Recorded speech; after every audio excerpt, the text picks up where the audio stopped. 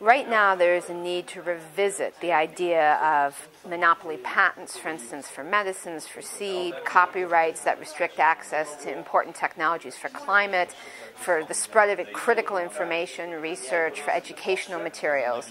Our world is in a state where we need to revisit some of these old rules and these concepts of who owns knowledge, if there is an ability for individual companies to restrict access to the very elements of life and well-being for people. And unfortunately, a lot of these old ways of thinking are locked in our trade agreements like the WTO. So reviewing those rules as well as our country's rules on these issues is critical.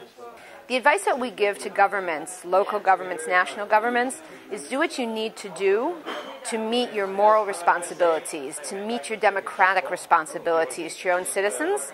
And if these policies violate the trade rules, let another country or a company try and actually use the process to enforce them, which is to say, don't be chilled, don't be stopped.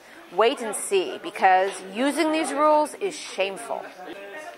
Power never cedes any space without contest.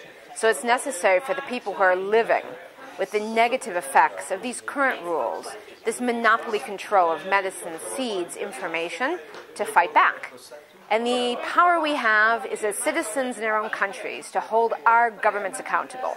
First, to ask for them to come to these trade bodies and other institutions and demand changes on our behalf. And then when they don't listen, we need to increase the heat.